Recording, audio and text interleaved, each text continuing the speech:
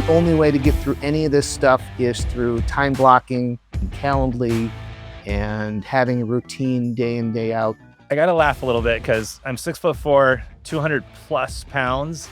And, back in my day, I did a lot of loans. So I feel pretty good about myself. But Matt Adler, who's coming on here, the dude's a beast. Did 250 million last year in 2025. And I think he said something like 570 plus units. Like, that is just ridiculous. That is so much business. I think when you meet him, you're going to be like, he's a pretty humble guy.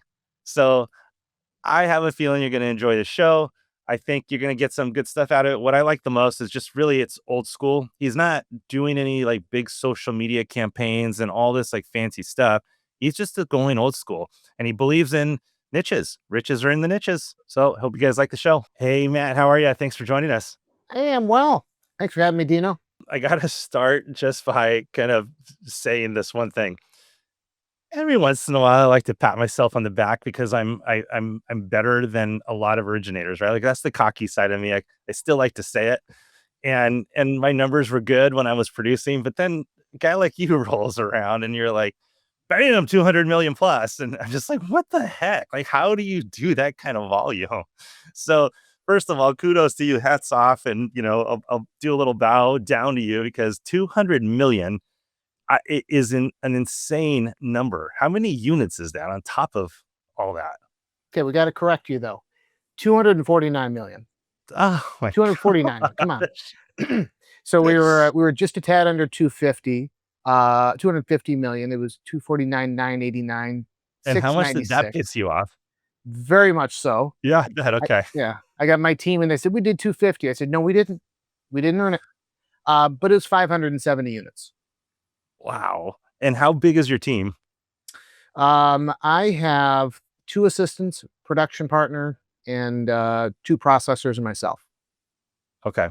So later, I'm going to actually drill down on that because I want to know like what their roles are. And because, a lot of this is to help people scale and get to a place where they can start doing more, right? But you got to have systems in place. And the one thing I've learned after all these years that you can't outwork anything. You have to have systems once you get over a certain number. So I'm going to dig into this because this is really interesting. But before we even get there, I just want you to tell me like who you are personally and professionally. Personally and professionally. Personally, I'm a dad. I've got 3 kids, 2 boys, 1 in college, 1 working on getting into college, is a senior in high school, and my daughter who's in middle school. And the gray hairs didn't start coming until she came. And they'll keep coming. So I'm a dad first of all, and a husband second. Musician, tuba player third. That's actually what I went to school for is music performance. Oh, well. And I think if you ever want to hire somebody who's disciplined and who can work on their own and take the bull by the horns, is hire a musician, because they're sitting in a practice room for hours and hours on end and trying to work toward a goal and improve themselves and assess where they are to figure out where they're going. Never thought of that, but you're right. Yeah. Like, that's a lot of discipline. Very much so. Very much so. Beyond that, endurance athlete, love to do endurance events, and professionally, I'm a mortgage geek. I just, I think like any of us, obsessed with the business, think about it 24/7. And when it goes great, wonderful. When it doesn't go great, it hurts, and it sits and stings for a while. And very analytical and love to celebrate the victories and love to win. So I got to ask, I'm going to call it the elephant in the room, right? Just because I want to. uh, I'm the mortgage broker, right? And I had to generate 100% of all my deals. And I used to always say, these guys at the bank, they just sit there and it all comes to them.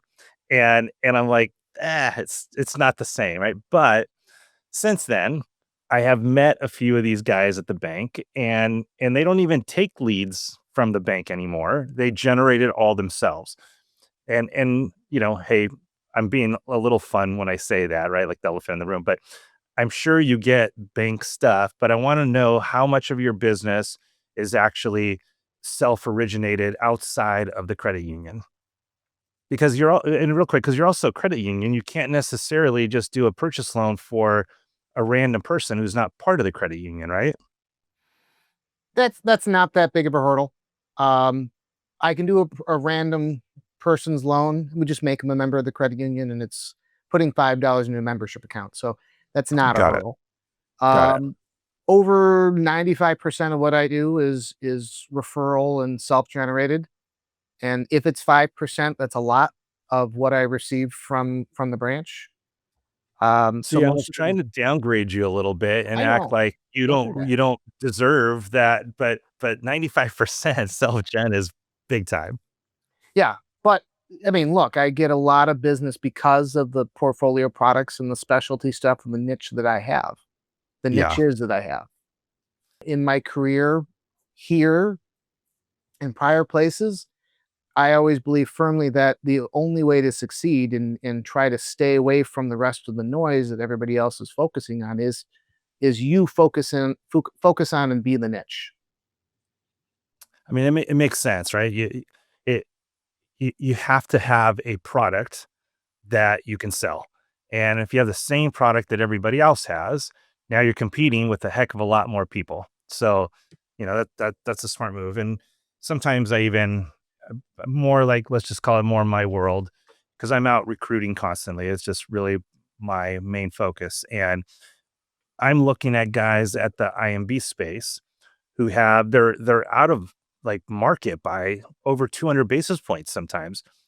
100 easy, like all the time, but 150 up to 200, and I'm just like, it's the same product.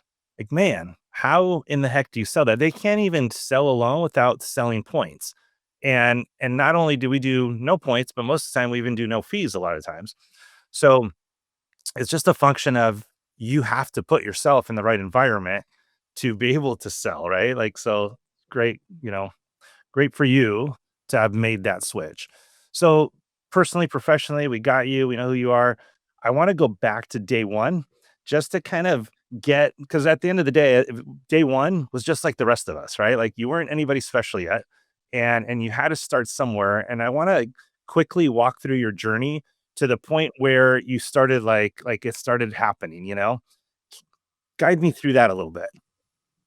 So day one, pre-day one, um, I'm a music major, majoring in tuba performance.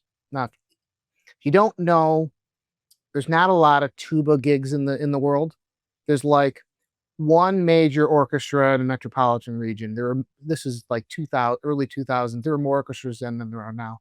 But a tuba player gets auditions, gets the job, and he has it for forever until he retires. And then there's an opening in the whole world. All the tuba players who don't have a job audition, and the chance of getting a gig, getting that job, not really good. So I'm walking to my wife's graduation with my mom. My wife's a year older in college. She's working toward an architecture degree. And we're engaged. We're going to get married. And she said, "Well, what are you going to do? How are you going to support her?" And I said, "Well, I'm going to go into a military band or, I'll audition, I'll get a job." And she said, "Well, what if you don't?" And then she encouraged me to go to my godfather's brokerage shop to start learning. So I did that over the summer. And I sat and he was doing classes. And, this is one of those times, this is early 2000s when everybody in the world's a lender and everyone wants to come in and it's going to be their side job. And I sit down in a class and they start teaching me everything. And I'm in college mode and I'm just eating this stuff up.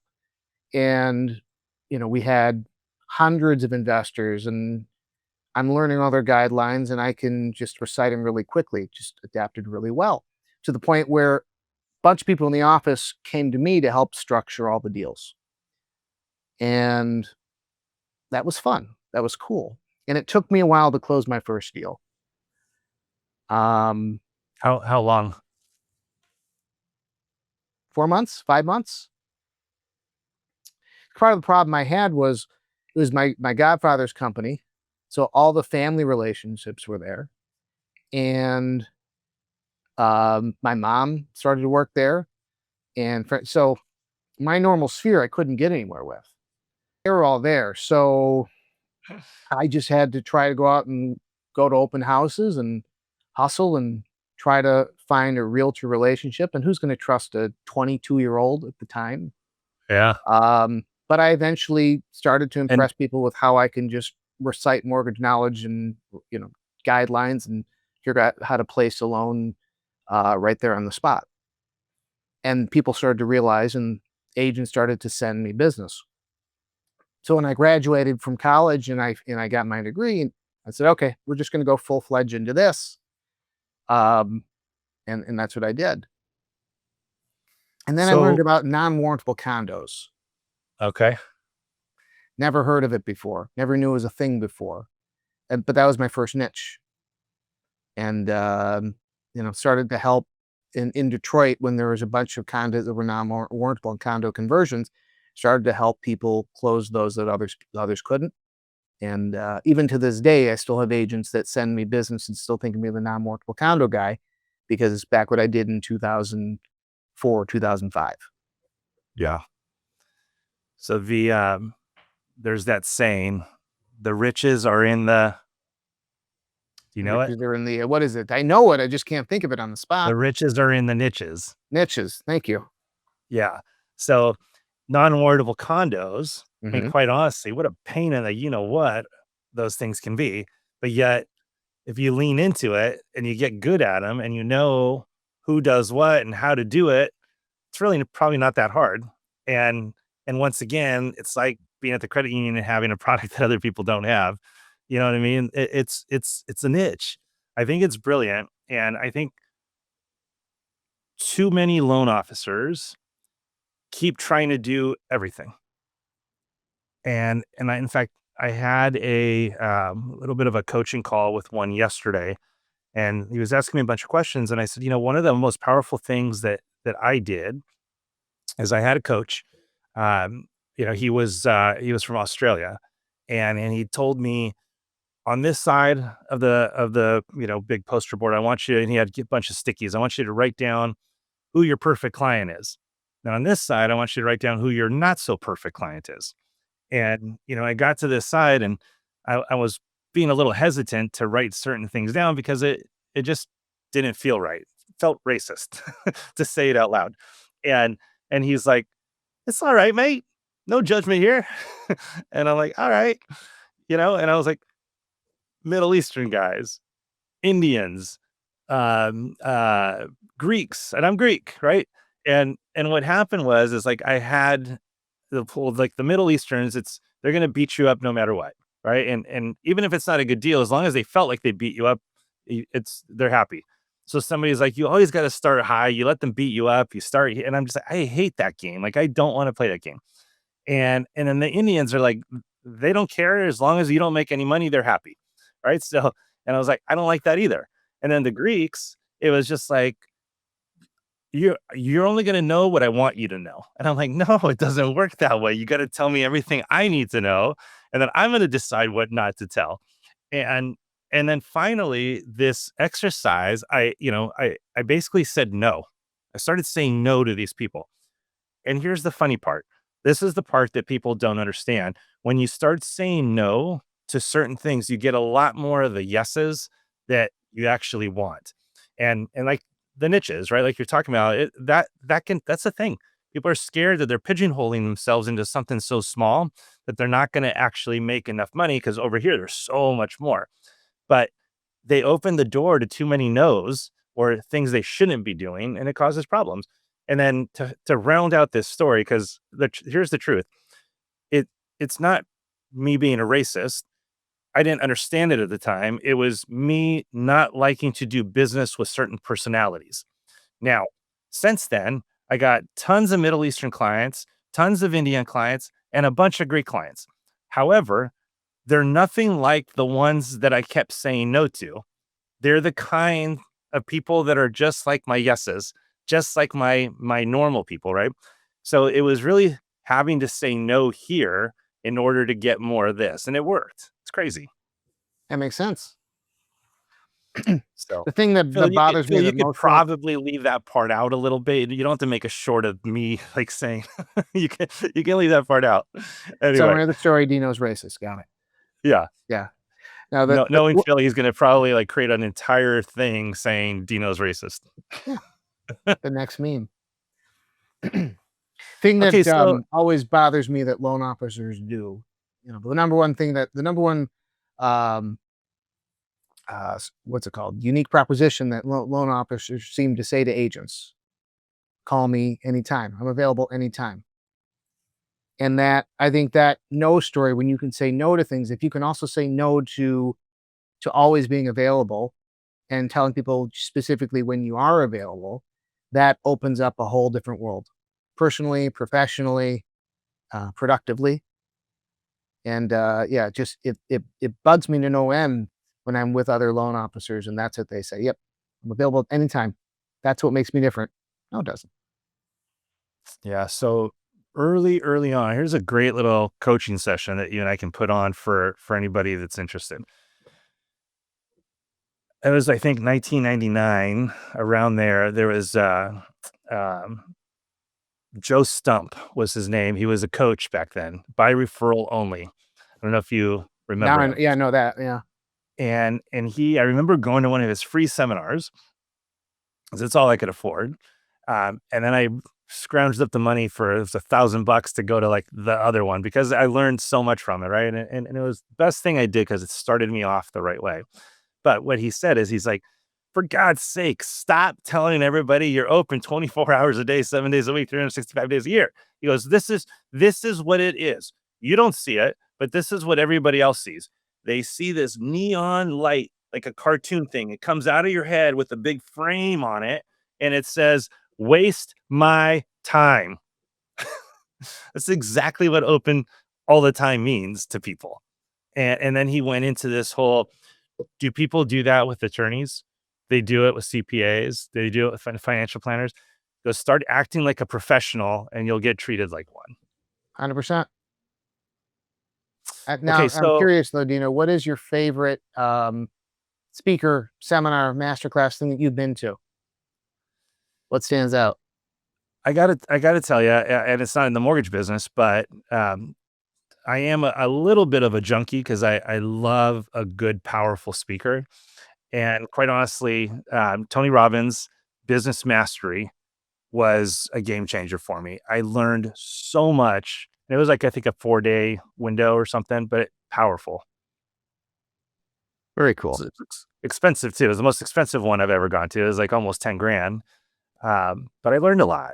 And it's probably a whole other conversation. Otherwise, I'm going to dominate this whole thing. But there's so much valuable content of, just wisdom, I should say, that came out of that 4 days that I still to this day apply to. I try and apply to everything I do.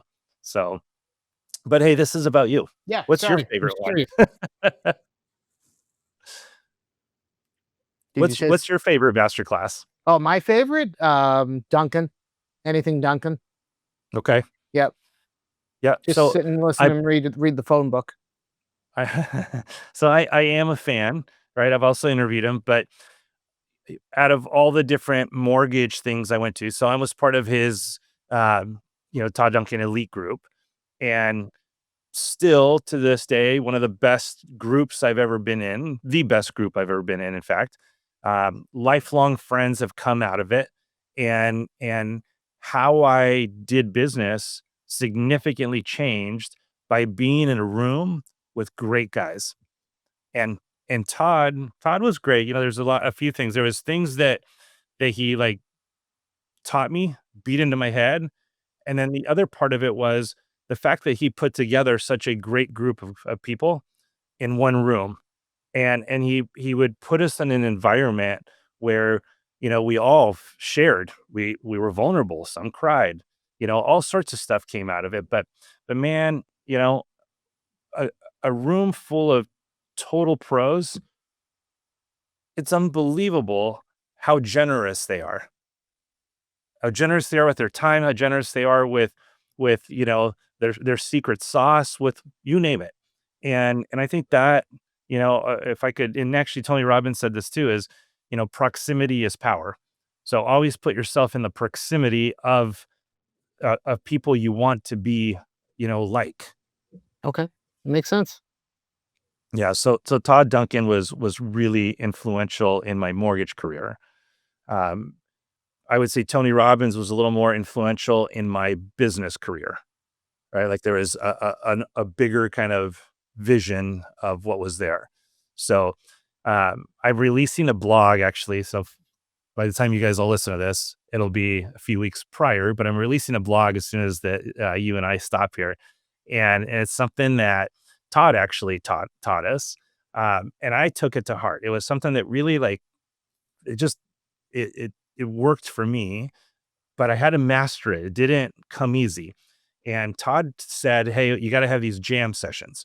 I was like, "I like that. Yeah."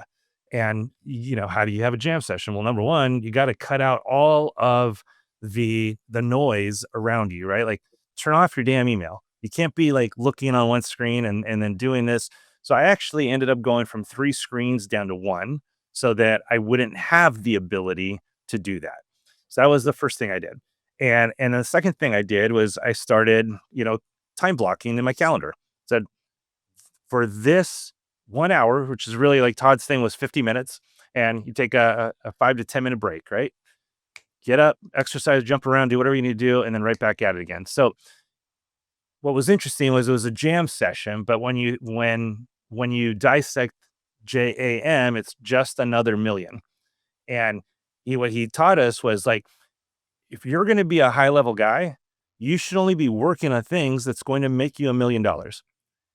Why are you working on anything else other than that? And then he started breaking down the time that it takes you to achieve these little things that you keep doing.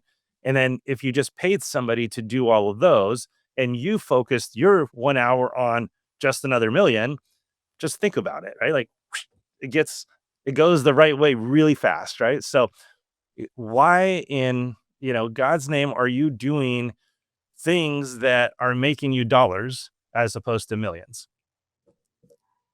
Completely agree. So the blog that's coming out is Parkinson's Law, and it goes along with the jam sessions and all that stuff. And it's really interesting because this is where I had to like train myself. So um, Parkinson's law is basically like however much time you give yourself to do something is how much time you're going to take to do it. And if you say I'm going to take 30 days to accomplish this, then you're gonna take the full 30 days. But if you gave yourself 10, you actually would still finish in 10. It's just how it works. And the relation that Duncan brought in that worked for me was when you go on vacation, do you somehow manage to get all of your work done and enough work to cover the 7 days you're going to be gone or however many days you're going to be gone? And the answer is yes. And not only that, miraculously, my desk is also clean. Like I got it all done. And what happens is you put your mind set in a position where there is no other choice. It stops at that moment and you cannot come back, right? Like so you have to get it done. And that's part of Parkinson's law. Like so if you give yourself until this, not 30 days from now, it's just like 5 o'clock today, it's all done for the next week. Somehow you still do it. So what I did is I decided to start cutting my hours. And at the time I was working 60. I was like, I'm going to be semi-retired moving forward. I'm only going to work 30. And I had to like, train myself to do it. And if you leave, you just have to leave, right? But things don't get done if you don't do it. If you don't really have your mindset like you're going on vacation, it's not going to work because you always know tomorrow, right? Tomorrow. So what I did is I forced myself to fall behind so that I could learn like this is unacceptable and I don't have any more time in the day. So then I started working a little bit smarter, and what that means is you start cutting out all of the distractions. You start time blocking, you start focusing, you start letting other people do the things. And then for me, it was, all right, it's 2 o'clock, it's 3 o'clock, whatever that time was. I'm going to book a golf lesson. I'm going to book an infrared sauna. I'm going to book a massage. I'm going to book something, anything that would cost me money. I don't know about you, but I hate losing money over something stupid like I didn't show up. So I refused to not be there on time. And that was my trigger of, I have to leave. There is no, I got 10 more minutes or I'll come back tomorrow. And because my time blocks were already calendared for the whole week, if I didn't finish it, I didn't have enough time left in my calendar to come back and finish it. So anyways, that worked for me, and I ended up averaging 18.75 hours for that year, which was awesome. Wow. I love that idea because I'm the same way. I don't want to waste money on a missed whatever it is. I love that idea of creating that deadline that'll hit you twice, Yeah. mentally and in the pocketbook. That's a great idea. And, I started thinking about it when I was writing this blog last night. I started thinking about it. My like thing when I was originating loans was 15-day close of escrow. And this is, I mean, I've been doing it for years, but during the COVID years when interest rates were under 3%, it was crazy, man. Like, you remember how busy it was. And trying to get a loan to get through fast enough was freaking difficult, right? I mean, everybody's jammed up, everybody's this, but somehow, because I said I can do it in 15 days, and don't get me wrong, I put pressure on my whole team, but I always funded it in 15 days, no matter what. I bet you anything, if I said 12, I would have done it in 12, Parkinson's law. And the fact of the matter is when I tried to explain, like, realtors, various people are like, I don't know. I mean, I feel uncomfortable saying, I'm like, do you want to get a house under contract? Because if you don't, you can say 30 and you'll be just like the other 50 people that made an offer on that house. It won't get accepted. Get it accepted. In fact, I'm backing it up. I'm going to spend out of my own money. If I'm late, I will give the seller $250 a day penalty per diem paid by me to the seller if I'm late. Well, I was only late twice in years and years and years, right? So fact of the matter is put yourself under a little pressure. It's okay. And if you have to work your tail off to do it, do it. But what you're going to do, if you're smart, is you're going to start setting up systems so that this kind of operation can happen as a norm. It'll become your new norm. And then that's when you're going to start seeing real success. Hmm. I think systems Anyway. are key no matter what you're trying to do. Yeah. Yeah. Well, and that's where, so I wanted to ask you, I was thinking about you earlier today, knowing I was going to be here with you. I was like, how does that dude do so many loans, right? Like, there is no way you can do that many loans by yourself, like most everybody else is trying to do. So you said it earlier, you have some assistants, production manager or something. Like, go over your team, go over their roles. And then if you can, like, walk me through your system, starting with a referral comes in. How does it come in and what happens? And who's responsible for what? Got it.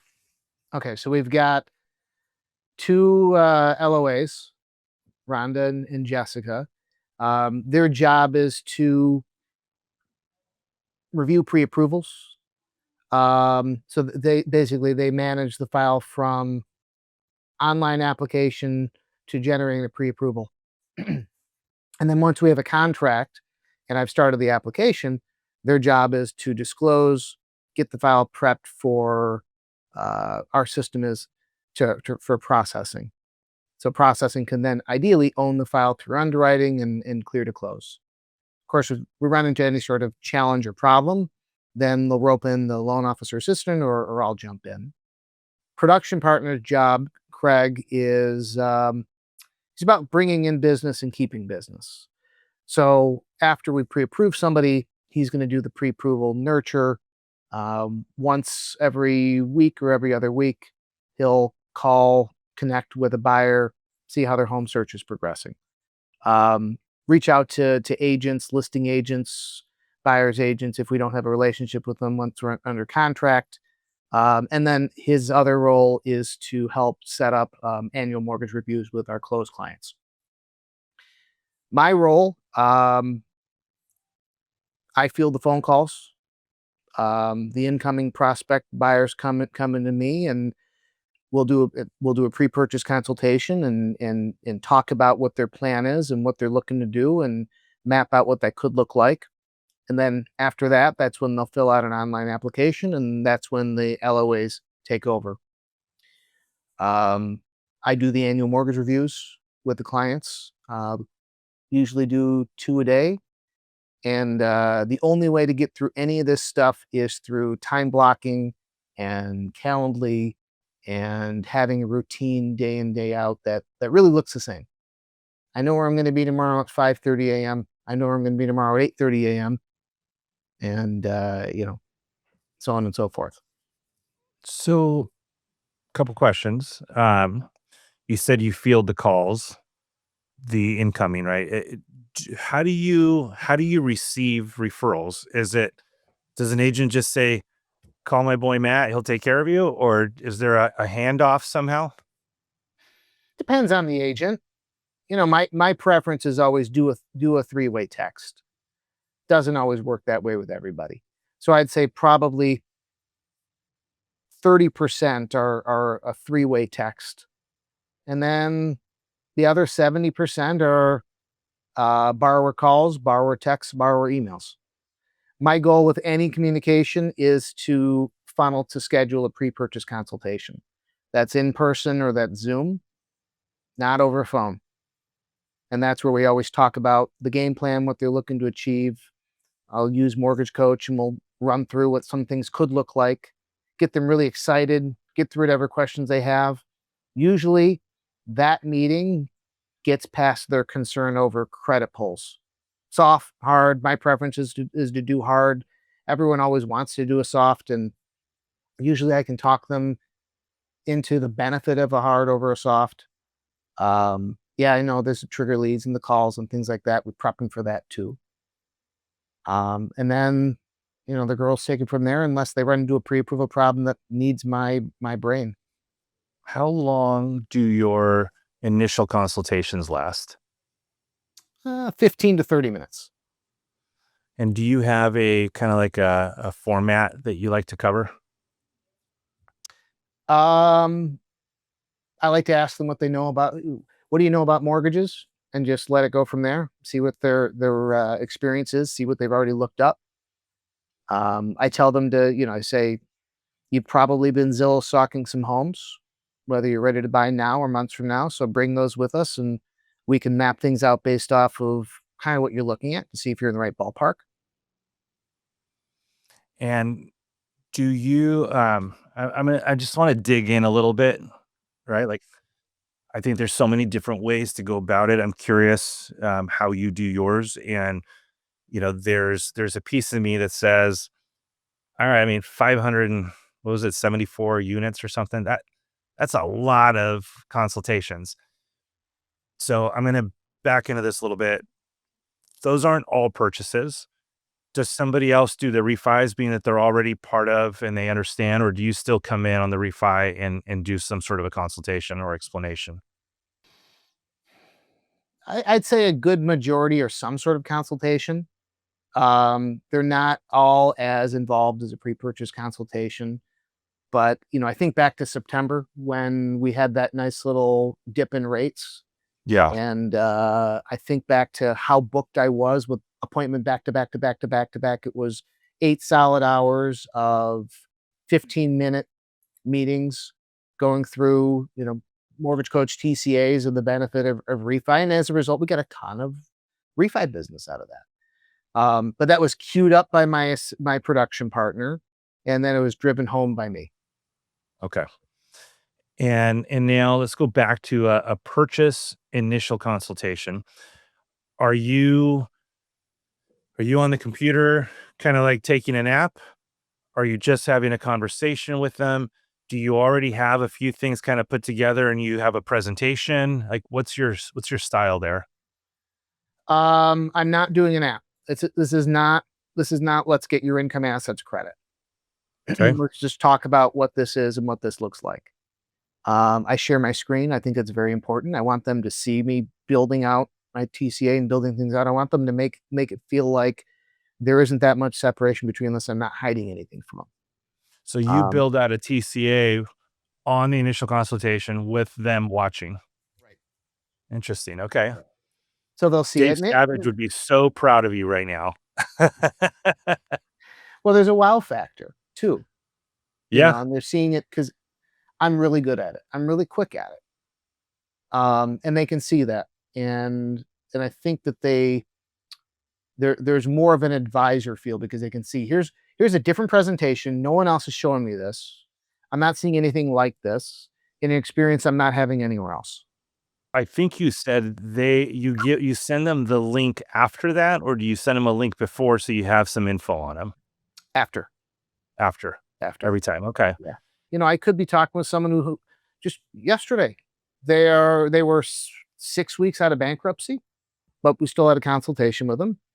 And then, after I pulled their credit, I sent them a video recording of a credit repair plan, and they thanked me. And hopefully in a year and a half, we'll start to reconvene and maybe get them ready for FHA. Yep. And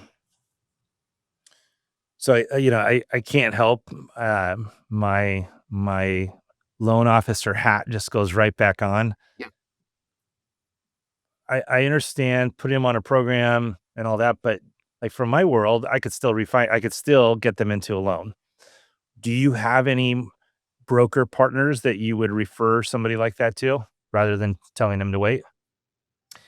For some products, sure, yeah. If there's a product out there for somebody who's 6 weeks out of a Chapter 7, I didn't know. So, broker partner in Michigan who can do that, let me know. Yeah. I bring that up because, gosh, now I can't remember which, I was interviewing somebody just a few weeks back and they were saying, what they would do if they wanted to go out and get a bunch of new business, they would go hit up a bunch of guys at credit unions and at different banks where you're kind of tied to whatever program you have. And as great as it is, you don't have these, right? And it's a perfect partner that you could unload a little bit to. Um, anyway, just I went off a little bit there, but so it's really interesting. So first of all, I guess like I'm thinking through how I would do it, or how I used to do it, and I never did the TCA. I always did it after. So my style was always had to be at the time it was an email introduction. Now it could be an email or text, and then that way it kind of puts everybody on this. Like you referred it, I responded, client's not answering. Sorry, realtor, you really don't have as good of a referral or a lead as you thought you did, right? Why don't you go back to them and see if you can get that to work now? Other times, it's like, hey, did you get a hold of them? Did you get a hold of them? Did you get a hold of them? It's like, they're not responding, dude. It's like, so when I do it that way, that was my rationale behind that. And now the realtor was in the know all the time. It was one less thing I had to do afterwards. So then the Calendly link was like absolute gold. When I started doing that, it was just but when I kept telling people, let's set up a time, what works for you, back and forth, it just never worked. Here's the link. Just like that, they would book a time immediately. And they were never late because of the text message reminders right before the thing, right? Awesome, gold. Love it. And then I'd have an initial consultation, which was always 20 to 30 minutes on my end. But I would just ask them a bunch of questions and I get to know what they wanted and their fears and, their wishes. And then I would use it as a time to also implement kind of a few strategies. Um, one of them might be a little bit of a higher interest rate, but no closing cost. They'll help you possibly still have money left over to go buy some furniture or stuff like that. Another one might be pre-selling the refinance down the road, like, stuff like that.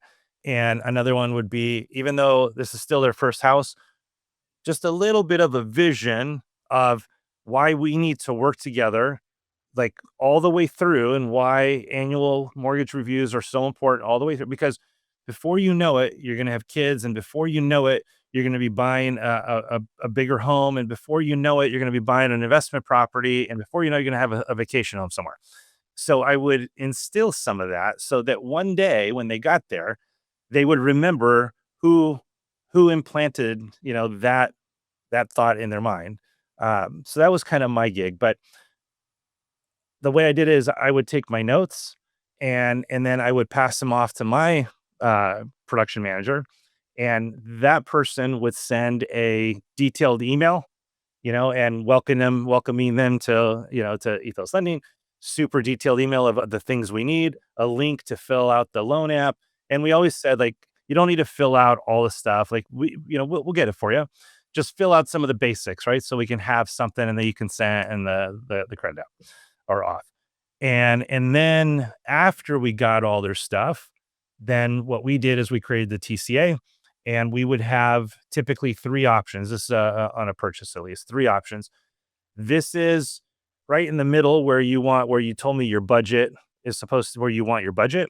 And then this is where you can go up to. And then we got something just, a little bit lower, so you can kind of see where the things are. And you don't have to come back to us every time you find a house for another $20,000 more expensive. And that was the approach I took. I guess I'm wrapping it around in my head of thinking, I wonder if I should have done the TCA up front. And I'm only doing that because you did twice as many units as I did. So you gotta be doing something right, I send them the TCA afterwards when they're done. And the beauty, if anybody who doesn't use Mortgage Coach or something similar, is anytime they click on it, you get an email. You know when they're thinking about you because you get an email when they're looking at your stuff. Doesn't matter when you're sending it. So, you'll start to see a flurry of activity of clicks on it before they start filling out the online application. It's kind of interesting. Yeah. Yeah. Okay. I mean, the one thing that I've learned is there's more than one way to do something successfully, and obviously it works for you. So I think that's great. And I'm gonna wrap my head around it and see if I can even get somebody to start doing it over here, so I can see, what their response is, because that is a different way of going about it. And like you said, it sets you up the right way from the very beginning as more of an advisor. It's impressive, and you're leaving them with something tangible at the very end, right? Like immediately they actually have something in their hands. So if they are shopping, you you you already gave it to them. Exactly. So okay. So next question. Yep. You're now starting to do some volume. How long did that take before you started hitting your stride? Well, we had the 2007-8 crash. Yeah. That kind of hampered things for a little bit. Oh, it's starting all over again after that. Starting all over again, reinventing. So that was about the time when now you couldn't do condos. Now I had to Yeah. figure something else out. So then I started to become the first time home buyer guy, the down payment assistance guy, the FHA guy when, people were doing FHA, but not everyone was doing FHA. So I'd say it's probably 7, 8 years into the business when I start to actually do a good amount. I'm probably hitting 30, 40 million. And then it starts to go 10 million per year, I'd say. And then it's something like 20, I think maybe 2018 when I first hit 100 million. Okay. And so let's pause real quick. And then with that said, at what stage did you find yourself having to start developing some systems because you just couldn't keep up anymore? And what was that first system that you created, or person? It's I was not very system oriented until probably I'd say 5 years ago. Okay. The closest thing I could say to having a system was a Google spreadsheet, which to some version we still use right now. I'm looking at right over here that my team and I would use, and we would just track the hot files, the ones that need to close in the next week or so, but we're not clear to close, that we would identify on on a weekly pipeline. Because I've always been a volume guy, and you got to try to keep control of the chaos as best you can. And I found that that was the best solution. Yeah. And how long have you been at the credit union? Uh, 12 years. Was there anybody there that was instrumental in, helping you create like something around you so that you could keep going? Or did you have to like, okay, because sometimes, like you said, if you were an assistance person, you may not have been able to do it, right? But I know in some scenarios, one person in particular, she was CEO of a company, and she actually took charge of a total superstar, and created a team around him and created the opportunity for him to be able to flourish. Thought that was impressive. Yeah, and that's what I had here. Right, the manager that I came here for, um, 12 years ago, he helped create and form a team around me. I came here Got with it. one assistant, and a couple years later, I had a second assistant, and a couple years later, third assistant that morphed into a production partner, and inherited one from one dedicated processor to having two. So it's because of his efforts and him helping me out and bringing on the personnel that I was able to grow to a point where I can bring in the systems and the coaches and take it to the next level. Yeah. Does does your wife ever pinch herself and say, "This just isn't the same tuba player I married"? Oh gosh, we'd have to ask her that. I love it. My It's funny with my wife, right? It's like sometimes she's lived a very blessed life, Mhm. and has everything she could possibly want. Even when she complains, I have to remind her she's still getting private lessons for Pilates and all this other stuff, right? I can say this because I know she'll never listen. She'll never listen to this podcast, but Yeah. uh, she loves to say that you know I was with you when you were broke after 2008. So you can never take that away from me, she said, because let's just face it. She's like, who would have wanted you back then? Good point. But I feel for the spouses of loan officers. I really do. Oh, You know, Get the yeah. family So functions and let's you get the phone calls and okay, hang on, it's a realtor that's important. This is my well, so top let's person. I talk need to about take it that. and help them out. Let's talk about it because I know for me, like when I joined Todd Duncan's group, that was probably one of the number one things that I changed in my life was setting up better boundaries and dedicating that off time outside of my work hours to my family.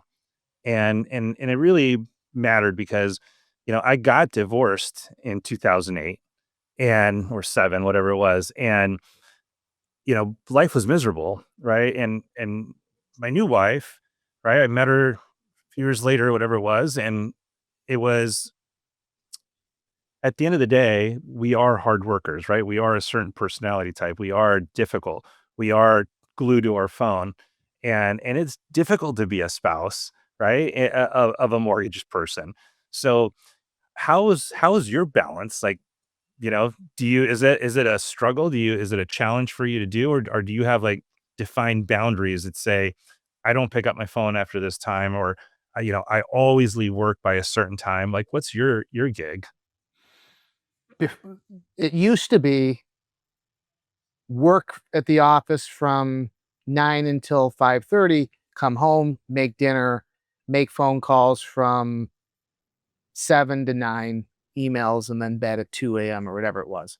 That's what Oh it my was. gosh. I was the guy, I was known in the company here. He's the guy who always emails everybody in the company at 1, 2 a.m. But yeah, after starting with the Duncan stuff, not trying to be a Duncan commercial, but refocusing that stuff, implementing time blocking, implementing Calendly, creating more of a premium on my time.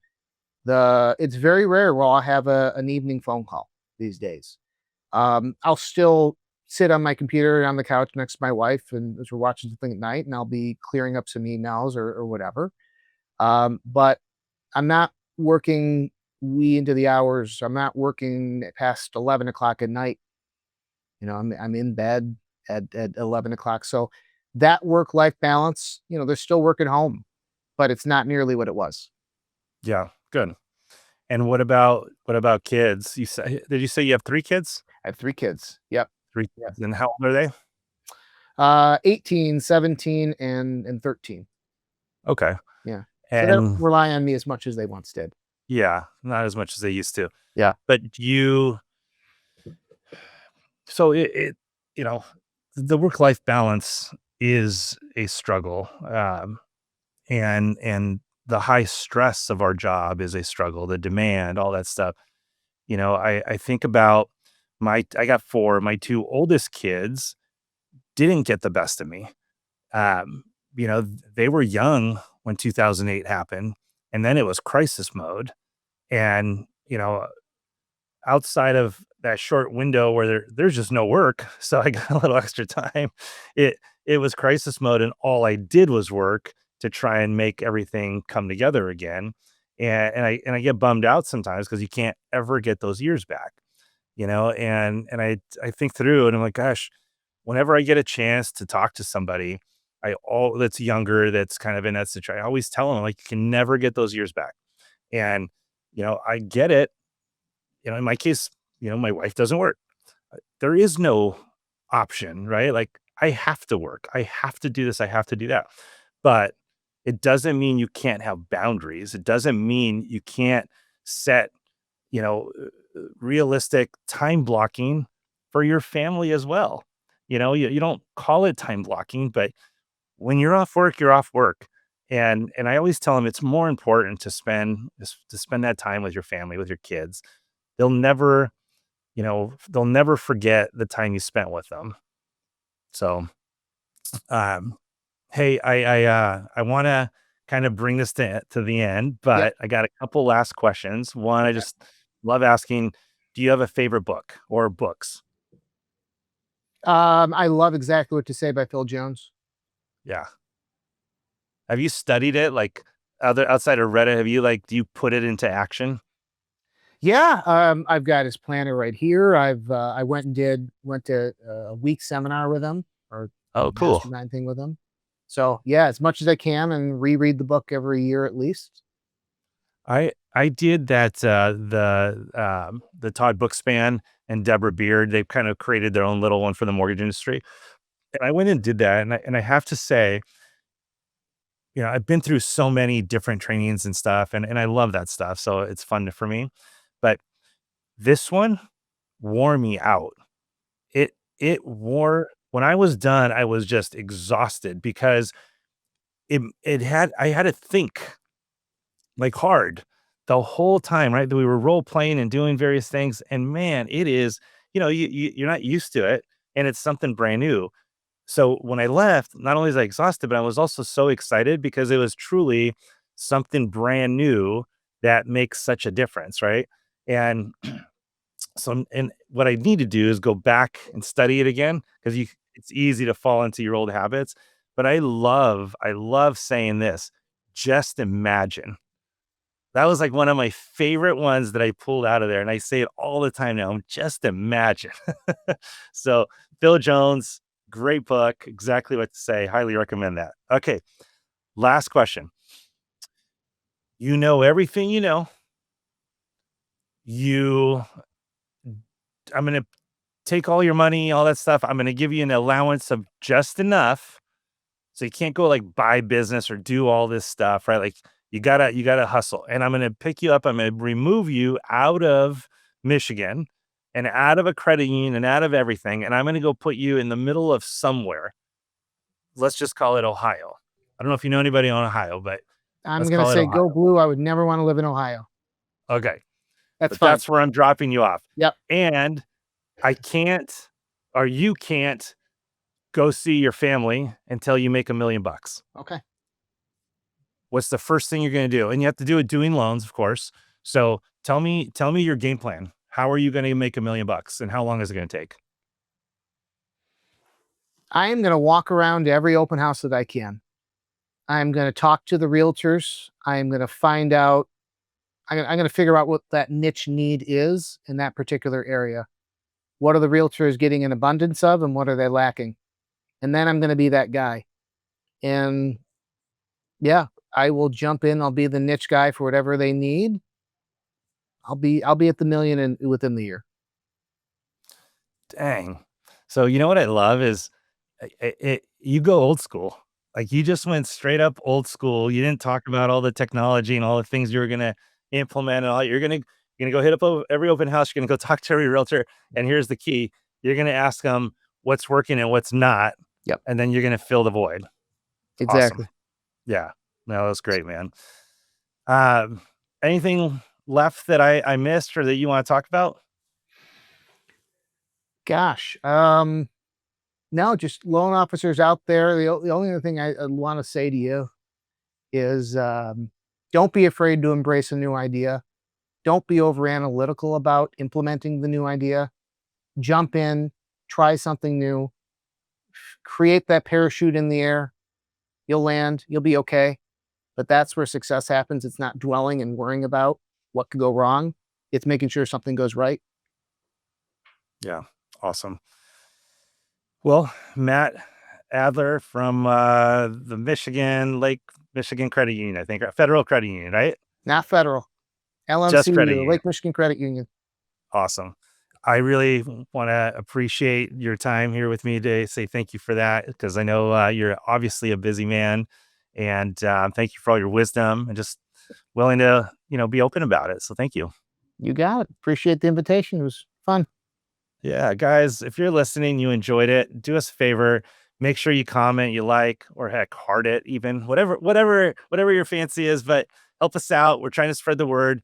I think my goal with this show is to help other loan officers out there get to a place to realize like, hey, Matt started just like everybody else on day one, didn't have any business. He worked his tail off, he got to where he needed to be, started eventually creating some systems, and then found a niche product that other people didn't have and just got after it, never gave up, got derailed from what he said in 2008 and yet didn't give up.